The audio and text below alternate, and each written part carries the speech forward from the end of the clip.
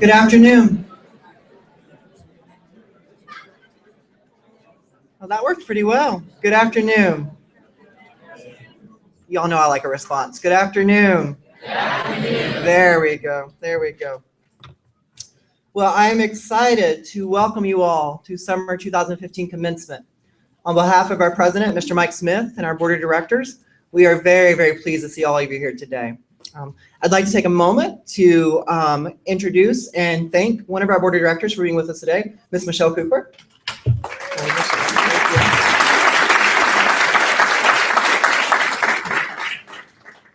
To officially open our commencement ceremony, I'd like to invite one of your very own to come forward with a brief message and a performance to officially open our commencement ceremonies.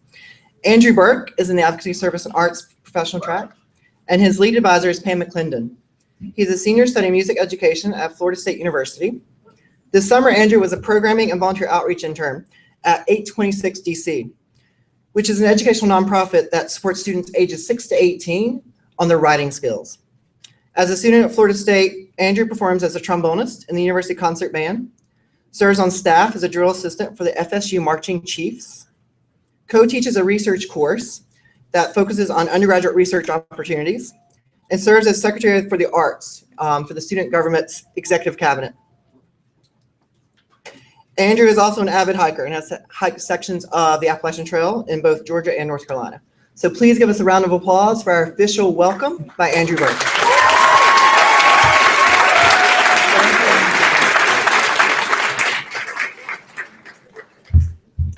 Good afternoon. My name is Andrew Burke, and I study music education at the Florida State University. As a music student living and learning in the nation's capital this summer, I have often wondered how music can be used to help our country. What does music mean for us in our personal lives and in our professional lives? What can it mean for all of us, regardless of our musical training? My time in Washington helped me craft an answer. Music brings people together, no matter the crowd and no matter the cause. Today, if only for a moment, I hope to bring us together one last time before we return home. Several years ago, on the evening of September 11th, 2001, a group of congressmen gathered on the steps of the Capitol building in a showing of unity and strength for our injured nation. As the speakers left the podium and prepared statements ended, the group of politicians began singing, "God Bless America." Watching that clip today still gives me chills and watery eyes. That evening, our elected officials chose to begin healing through music. That performance of God Bless America is special, and I couldn't help but relive it every time I walked by the Capitol this summer. Music can help us heal, it can make us celebrate, and it can cause us to remember. Today, it is my honor to share with all of you one of our nation's most cherished songs. Please rise for the national anthem.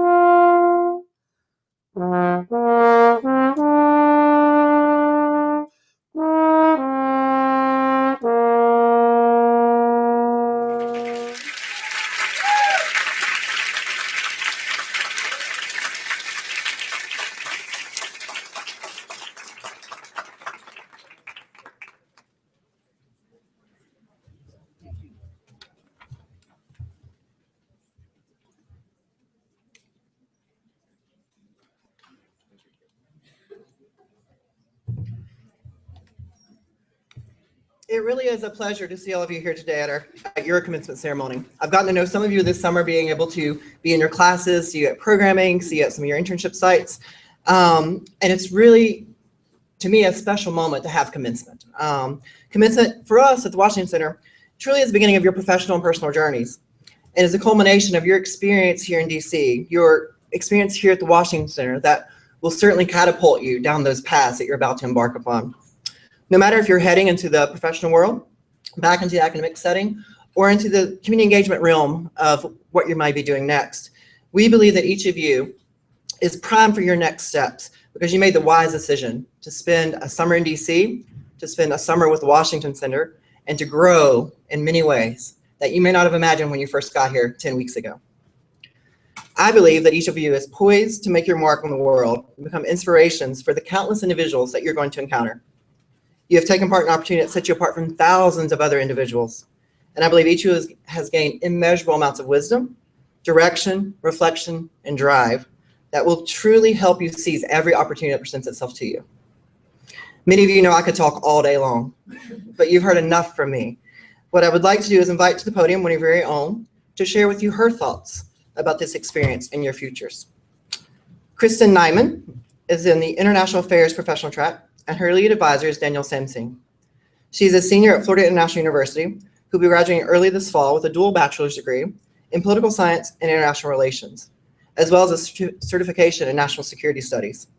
She is a beneficiary of our Sam Rose and Dean's Excellence Scholarships. This summer, she was an intern at Ackerman LLP in their Government Relations and Public Policy Division, where she was specifically working towards higher education, towards reauthorization of the Higher Education Act. She hopes that upon graduation, she will work in the legislative departments of either the Florida State House of Representatives or the Senate before making her way back to the nation's capital, Potomac Fever, and working in the federal legislative levels. So please welcome to the podium, Ms. Kristen Nyman.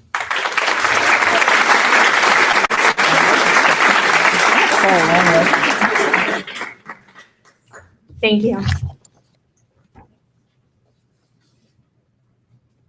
We light the oven so that everyone may bake bread in it. A famous Cuban poet named José Martí spoke those famous words.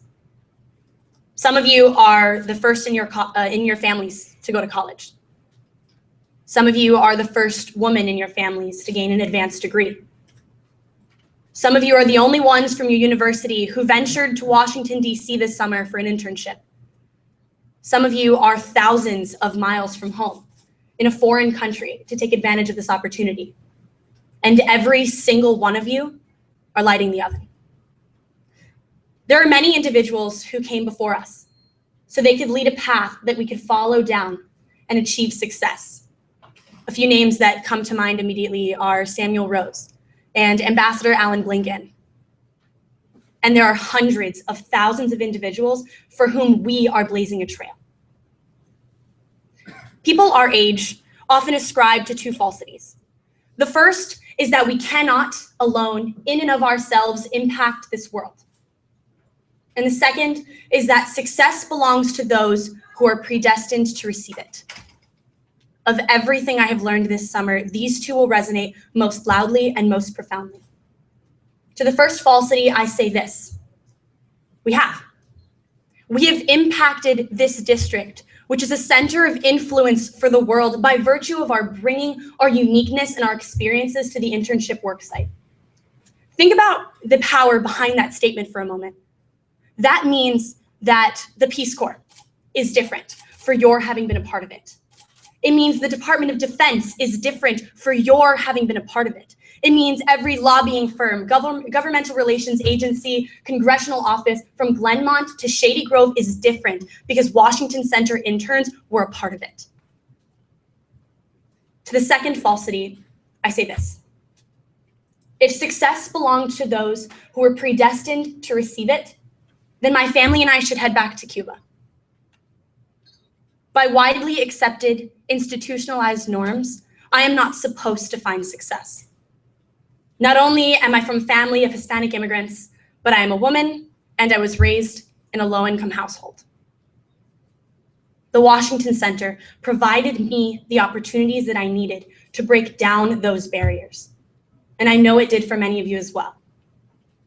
I know this because there was a student intern here who about 2 weeks ago came up to me with a piece of paper.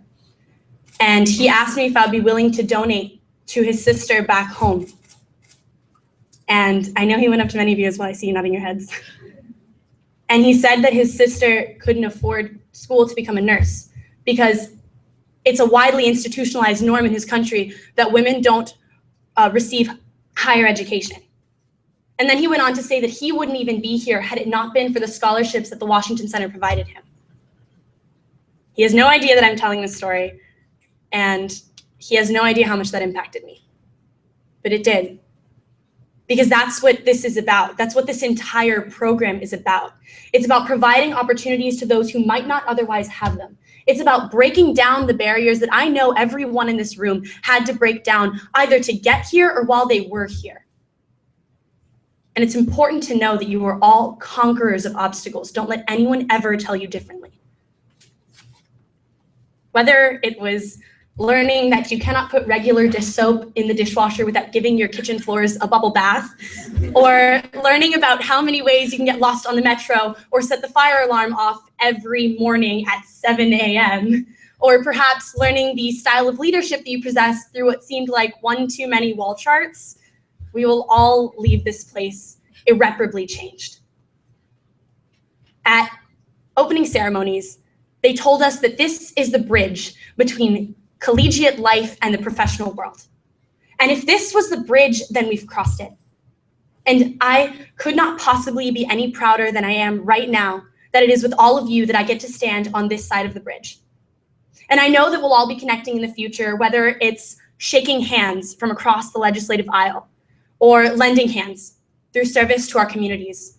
We will all be impacting the world together.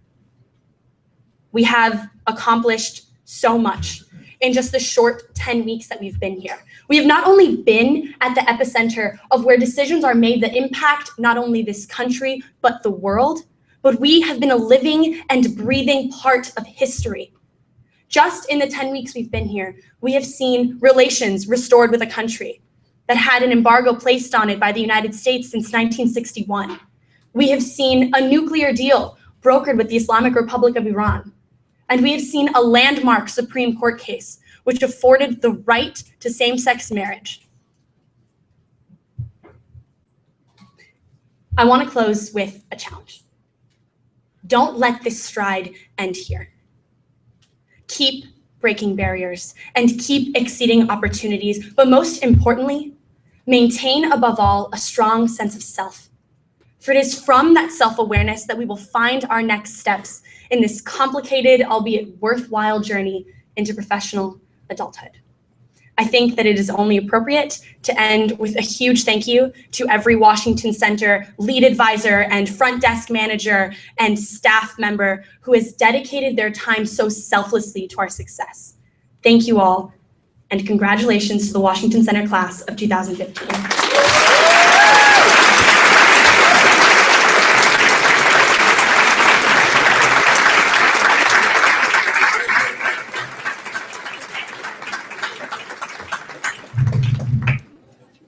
Wow, that's going to be a little hard to follow, Kristen. And I'm a little shorter, so you're going to have to bear with me. But I'm another Kristen. For those of you I haven't had an opportunity to meet yet over this summer, I've gotten to meet several of you.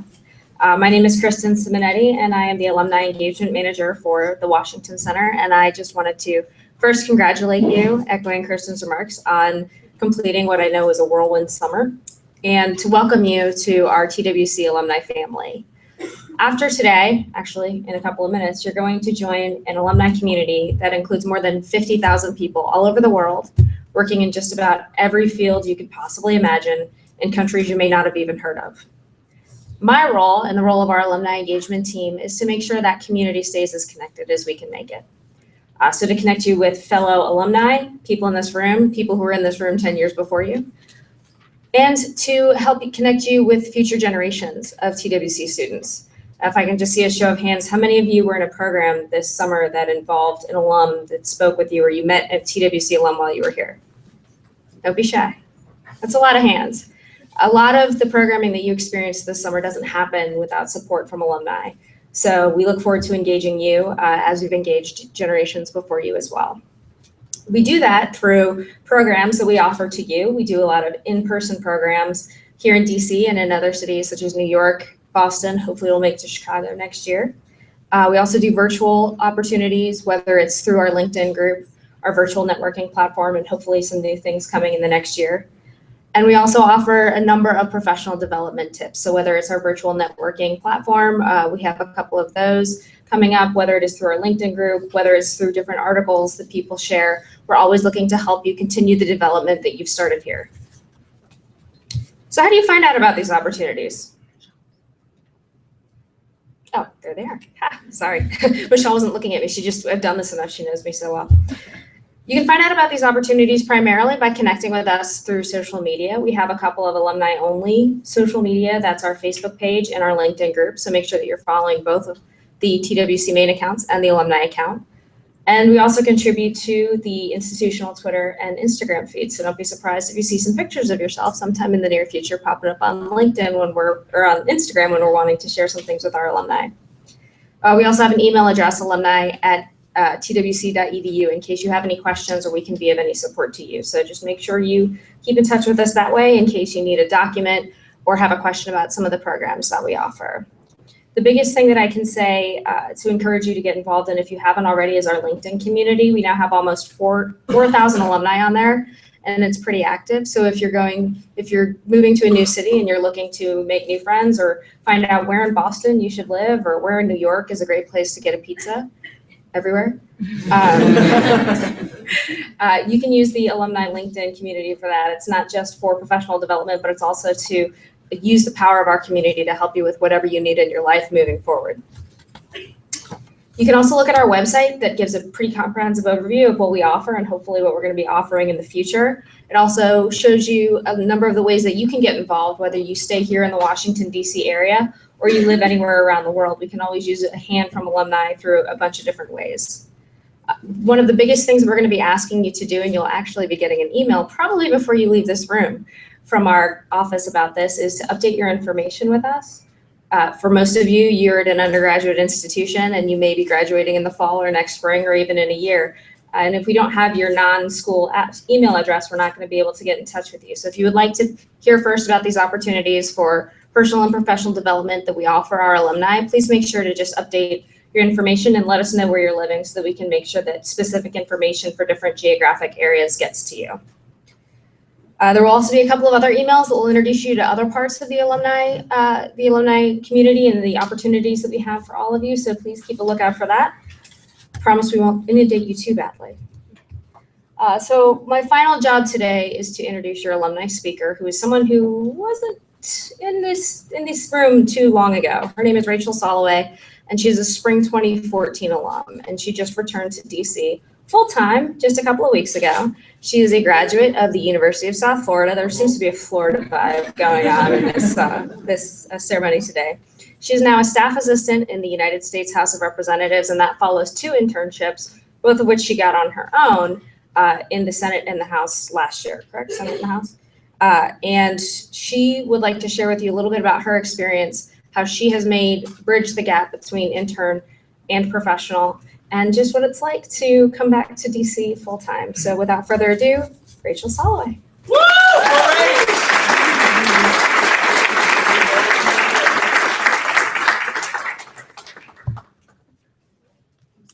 How are you guys doing?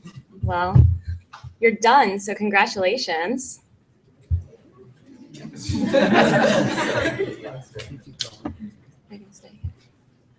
He's gonna stay here with me. Oh no, it's be a second. Just keep going. Okay. Well, I'm Rachel, and first of all, I just want to say it's an honor to be here today, and thank you for having me, Kristen and Kevin and Mike, who's not here, and everybody else with the Washington Center staff that has consistently encouraged my continued involvement with this incredible organization. I'm sharing my story with all of you, but I want to be clear that I've only made the first step in my career. I hope that my experience can be helpful for you as you begin your careers as well, but please just try to keep that in mind. I want to start with a few words. Number 1, dare greatly. Embrace your vulnerabilities. Let your passion fuel your purpose. And most importantly, do not give up on yourself, because persistence alone is omnipotent. 15 months ago, I ran downstairs, turned my portfolio in, and eagerly sat in one of the chairs, which you all are now sitting in, as I waited for the spring 2014 commencement ceremony to begin. I had just spent the past 5 months interning at the Department of Justice, where I realized that working 35 hours a week was not easy once online classes, a foreign policy seminar, and civic engagement project were all added to the mix. I'm sure you all can relate. Despite the initial stress, I was able to find a nice balance, at least between the all-nighters and random days of all-day programming, thanks TWC. I didn't get much sleep. If it weren't for Easy Mac and peanut butter and jelly sandwiches, I probably wouldn't be here today.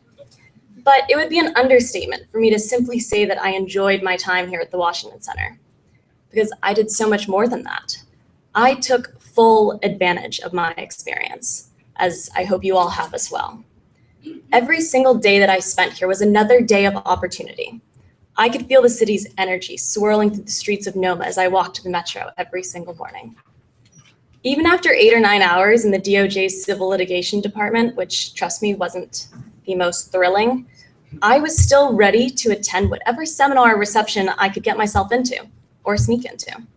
I met fascinating people and listened to their thought-provoking experiences and stories. I eagerly exchanged business cards, created relationships, and then spent the following 5 months as an intern learning how to develop them. This kind of skill was not a natural one for me, but I learned it. The encouragement that my friends and I received from the Washington Center and all of our advisors is now something that I have developed and still consistently use today. Now, I understand that it can be annoying when you are constantly told it's all about who you know and who your connections know. Trust me, I've been there too. But I challenge you all to evaluate this concept in a less superficial and more meaningful way. And as you move forward, keep in mind that networking does not have to be about making connections. Instead, it can be about creating relationships, friendships, or even broadening your scope of knowledge and understanding. About halfway through the program, I knew that I was not ready to leave DC in May. I distinctly remember the phone call with my parents when I confidently told them that I was not leaving and I was going to stay in DC, despite the fact that I didn't have an internship or anywhere to live once TWC was going to commence. They definitely thought it was crazy, but all the same, I confidently told them that I was staying. And once TWC did commence, I recognized that that false confidence that I had wasn't really established through logic, but instead through my passion that I had developed. So if you're anything like me, you probably liked your internship this semester, or summer rather, or maybe even loved it. How many of you felt like your internship was your dream job? Be honest. Yeah, not that many, me neither, it's okay. I actually really wanted to get involved in something different, and I'm grateful that my internship through the Washington Center led me to this realization. I wanted something more than my cubicle at the DOJ, and I wanted to try a political environment. But what the Washington Center, my internship program, and all of the leadership seminars helped me realize was that my passion for public policy and equal representation were what fueled my desire to learn and understand the way that our government works and the ways that our government fails to work. Ultimately, I wanted to immerse myself in this sector in order to discover if my desire to help others could actually be pursued within the four walls of our nation's capital. I decided I wanted to be a Hiltern. No, not for the badge or the Capitol tours, but for the proximity to politics and policy. From the outside looking in, it seemed rather impossible to land an internship in the Senate or the House without knowing anyone or having someone on the Hill that could already vouch for me. One of the most intimidating things about applying for any kind of competitive position is picking up the phone and cold calling the main line to check on your electronically submitted application with absolutely no idea who's going to answer. We're all really lucky though, because we live in the age of Google. So little advice, if you can learn about the person that's going to pick up the other end of the line before they even pick up, you might just be given the opportunity of a lifetime. I know that I was. My mother once told me that those who fail to plan to fail. Now, she's a bit less optimistic than I am, but all the same, she was right. So I took her advice and I planned. I studied people via Google and I kind of stalked them on LinkedIn, but I read bios, education summaries, random articles, and basically anything that I could get my hands on regarding the person that was going to be interviewing me. It was not confidence that motivated me to walk around the Capitol with my resume, going door to door, talking to random people that didn't know who I was, nor did they care. But it was passion, my purpose, and persistence. 3 weeks later, I accepted an internship offer with Senator Marco Rubio's office, and then I signed a summer lease to live in a random bedroom in a random house with 4 people that I'd never met. I missed the Washington Center immediately. But I ended up having the greatest summer of my life. And by the end of it, I knew that once I graduated college, that I wanted to return to DC, and more specifically to Capitol Hill. That was only 1 year ago. Although purpose is not easily defined, what I will say is that I believe one's purpose is ever-changing and multifaceted, at least based on my experiences. However, in terms of this commencement ceremony today, as we honor all of you, I bring up the word purpose because for me, participating in the Washington Center as an undergrad allowed me to further understand my purpose, which I'm still doing today. But I'm sharing my vulnerability with all of you because I have learned that the power and relief one's openness can offer others. And I've learned of it, and I'm truly grateful to those who have shared their stories of both success and failure with me, because I've realized how important both are. After your experience here in DC has officially come to an end, many of you will return to complete your degree at your respective universities. This is the tough part though, I promise. Leaving DC, at least for me, was miserable. I do not even think it matters where you are from or what you want to do, because the experience that you all have been able to go through together throughout the past few months is an opportunity that the vast majority of our peers have not been afforded. But think about the next step, whatever it may be for you, at least as an individual, whether it's personal or professional. I encourage you to pursue it. If you want to return to DC and build a life here, do it. I will personally encourage you. I will personally forward you random jobs off the listserv and tell you which other ones you can sign up for. This town may be about who you know, but it's also about who knows you. So do not hold back. And more importantly, do not, under any circumstances, give up on yourself or your goals. If I can do it, you can do it, promise. You do not need money or any fancy title to get a job here in our nation's capital. You don't even have to go to a fantastic school. I went to USF. What you do need though, sorry, truth. But what you do need is persistence. I applied for over 50 jobs. I had 10 interviews, not terrible, but there were 10 different organizations or offices. I flew to DC 3 times in the last 4 months of my graduation and was in the final round for 4 different organizations where there were 2 candidates left, and I didn't get any of the 4. The truth is that it really sucked. The job search was exhausting, frustrating, and at times I thought that maybe a random girl from a giant state school in Florida just couldn't compete in the crowded, often crowded job market within the district. The week of my graduation, I had 1 more Skype interview. And 4 days before my graduation, I received a rejection email from that same interview. This was the fellowship that I'd wanted for over a year. Then I got lucky. 3 days before my college graduation, I walked up to Congressman Dennis Ross. He was my congressman within my university's district, but I'd only met him a couple times.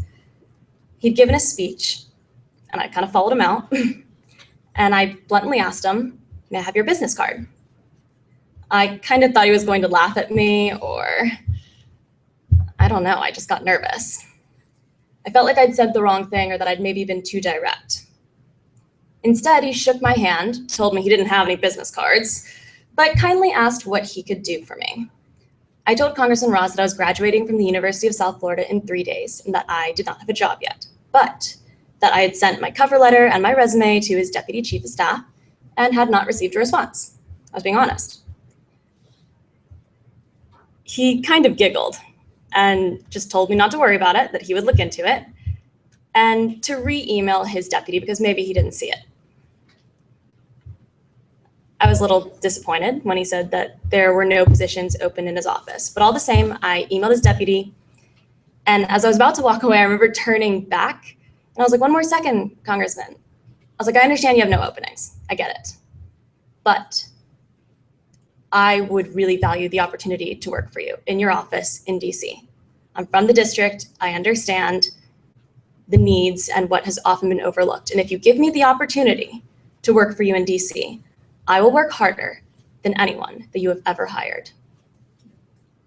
And he kind of paused and looked at me like I was crazy, but he was like, all right. I was like, okay. I handed him my business card and I walked away. And 2 weeks later, I had an interview with his chief of staff. And by the end of that phone interview, I had a job offer. I accepted it.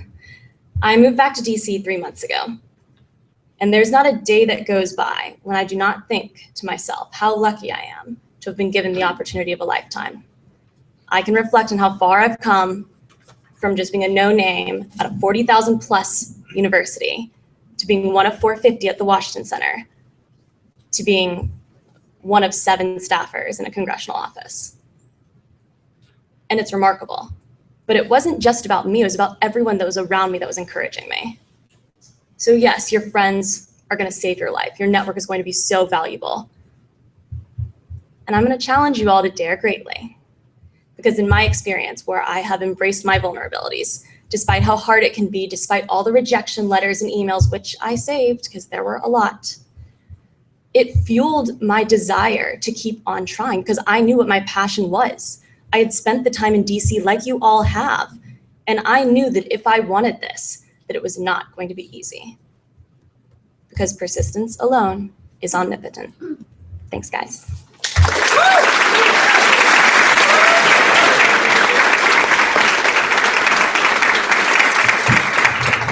Thank you, Rachel. For the next part of our commencement ceremony, we have an opportunity to recognize some of you all. Throughout the semester, each of you had the opportunity to recognize one another for demonstrations of qualities within leadership and professional growth. Each of the nominees was evaluated based on feedback from their peers, from the staff, their performance in our lead colloquium, our courses, our civic engagement, the public policy dialogues on the Hill, contributions to the Washington Center, and other aspects of the program here in DC. And so I'm very pleased to move into the next stage of commencement, which is to recognize 2 of our students in 2 different awards. I'm going to ask our Director of Student Services, Mr. Isaac Egbeshi-Noy, to join me up here to help give out the awards for our award winners.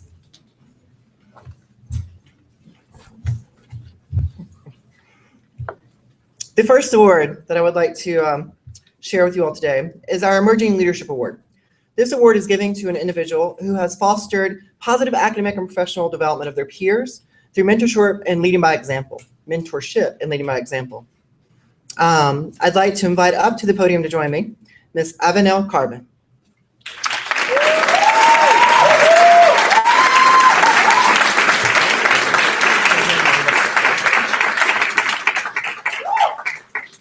So Avenel is a criminal justice major at the University of the Virgin Islands.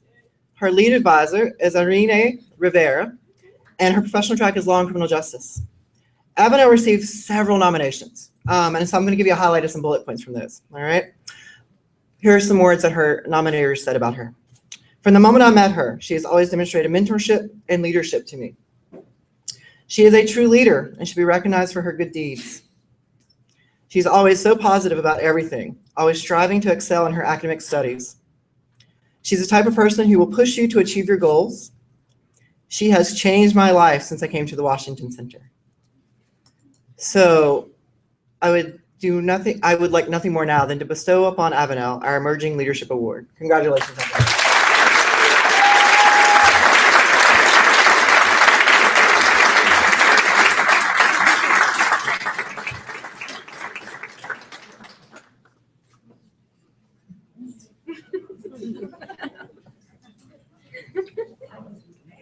It's a proud supervisor right there.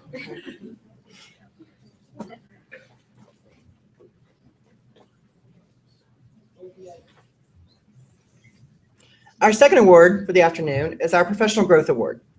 This award is given out to an individual who has strived for and shown progress in working on their professional development goals. Our award recipient this afternoon is Ms. Lauren Bagzarian, who would like to join me at the podium, please.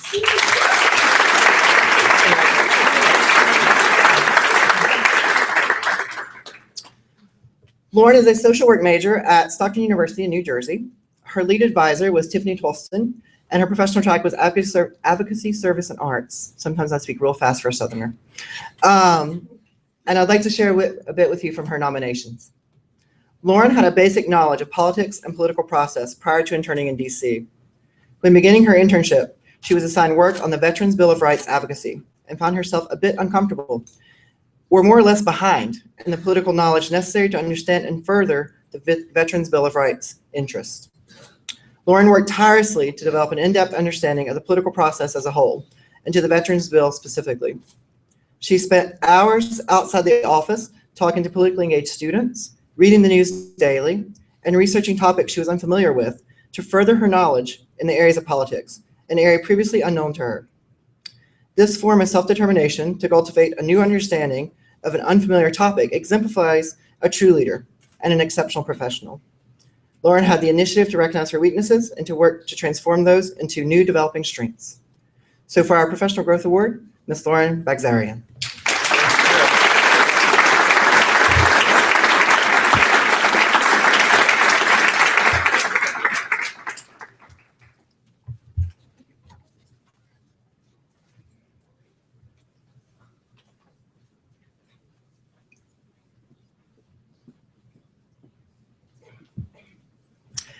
Our next award is an external award. As all of you now know, after 10 weeks of this experience, this is an academic experience wrapped around an internship. Our internship supervisors are partners who are critical to our mission, that mission of a transformational experience. We could not do it without them, right? Look around this room. Each of you had a supervisor who impacted you, many in positive ways, many in learning ways. Your supervisors served as mentors, as gurus, as confidants, as leaders. And so we ask our interns to nominate their supervisors based on our Internship Bill of Rights to show who were the ones who really took that charge and who really rose to the challenge of being an exemplary supervisor. We had over 64 nominations this summer, which is fantastic, and recognized those nominees the other night at an awards ceremony. But we invited some of them to be with us today, particularly the winner, the award recipient, so that you could hear a bit about them. But I would like to, before we do that, to invite every supervisor in the room to please stand and wave at the crowd.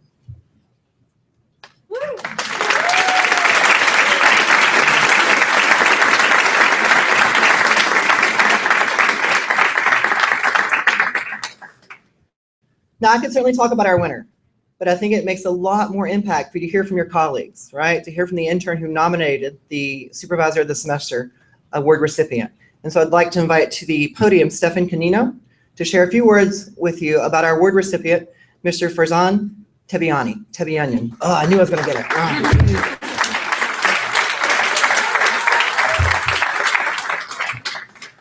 Now, I can go on and on about my supervisor, but first I want to thank you all for being here. It's been 10 long weeks, 10 weeks full of dedication, hard work, and sacrifice. And when I stepped forward to United Way Worldwide, I got the chance to meet a very bright, hardworking, and just a selfless individual, Mr. Farzan. When I first entered, he introduced me to the CEO, Mr. Brian Gallagher, and he also helped me be involved with the Human Trafficking Forum, which we got to conduct and helped out with our corporate partners and individual donors. Most importantly, Farzan provided me with guidance on personal things as far as my grad school preparation, as far as wanting to better develop my career. And I just want to thank him from the bottom of my heart, because Farzan was not just a supervisor. He was a friend, and he was someone that provided me with so much guidance. And I just wanted to thank you so much, Mr. Farzan. And, thank you all for being here, because I know this program can be a lot. It can, wear you down in a bit, but you all stuck through it. And it's very important to acknowledge you all supervisors, because they provide you all with the guidance, the professional development, and the sense of mentorship that we all need. And so I just wanted to thank you once again.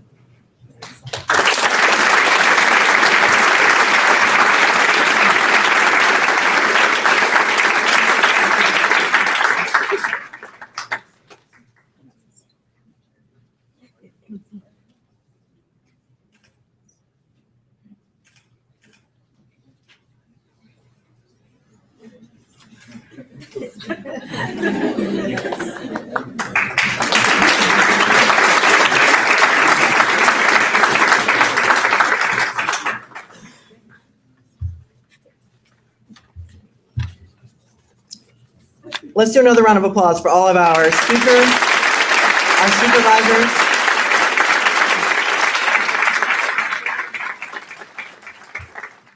Thank you, thank you. As I move into closing, I want to share a few words with you. The Washington Center holds to 3 dimensions that we believe lead to a transformational experience. The first of those is theory into practice. Now, I know all semester, some of you have heard me talk about theory into practice, theory into practice. Take everything you've learned on your campus, your 4 to 5 to 6 years of academic background, and put it into practical mode. And that's important. But I also want you to think about this as a lifelong tenet of learning, that you continue to use every shred of knowledge that you've gained and make it important in your life. Make it work for you, right? That's the concept that we want you to have. I want you to continue to learn always. Never stop being a student of life. Every experience teaches us something, all right? Sometimes it's positive, sometimes it's negative, but it teaches us something. So always remember that first tenet, theory into practice. Always be a continual learner. The second is ambition and purpose. Rachel spoke about purpose, right? Everybody in this room has ambition. You wouldn't be here if you didn't, right? Nod your heads with me. You wouldn't be here if you didn't. Exactly. But ambition alone is like fire without enough fuel. Eventually it burns out, right? Eventually it doesn't last. And so what I want you to continue thinking about is finding that purpose, finding a way to direct your ambition. This semester, we gave you the tools and some of the potential direction for your ambition, but 10 weeks is not enough, right? This is a lifelong journey of finding that purpose, finding the way to channel your passions, channeling that fire, channeling those ambitions into something that is impactful for you. So continue searching for that fuel for your fire. The third tenet is potential into achievement. Unexercised potential is like unrealized achievement. We all have different standards of success. And those can be realized in many different ways. But never let yourself languish. Always look for ways to turn your potential into achievements to better you, to better your community, and to better that world around us. This is going to sound a little corny, but you are the next generation of change. You are the next generation of leadership. You are the individuals who are going to make achievements happen. So think about that continuously. When you leave the Washington Center, keep those 3 tenets in mind. As you embark on this next stage of your journey, I think these 3 dimensions can continue to serve as guides for you, thinking about your transformations, thinking about your evolution, and assisting you in finding your path in the world. Never doubt that your experiences here at the Washington Center will continue to create new opportunities, shed new light, and open new doors for you in the coming months and beyond. So in closing, let me leave you now with 2 quotes that I think mark this most impressive culmination of your 10 weeks with the Washington Center and NDC. The first, we must believe that we are gifted for something, and that this thing, at whatever cost, must be attained. Marie Curie, my science background. Second, your work is going to fill a large part of your life. And the only way to be truly satisfied is to do what you believe is great work. And the only way to do great work is to love what you do. If you haven't found it yet, keep looking. Don't settle. As with all matters of the heart, you'll know when you find it. Steve Jobs. So on behalf of my colleagues at the Washington Center, our president, Mr. Mike Smith, our board of directors, I want to congratulate you all on an impressive summer and wish you the best moving forward. Congratulations.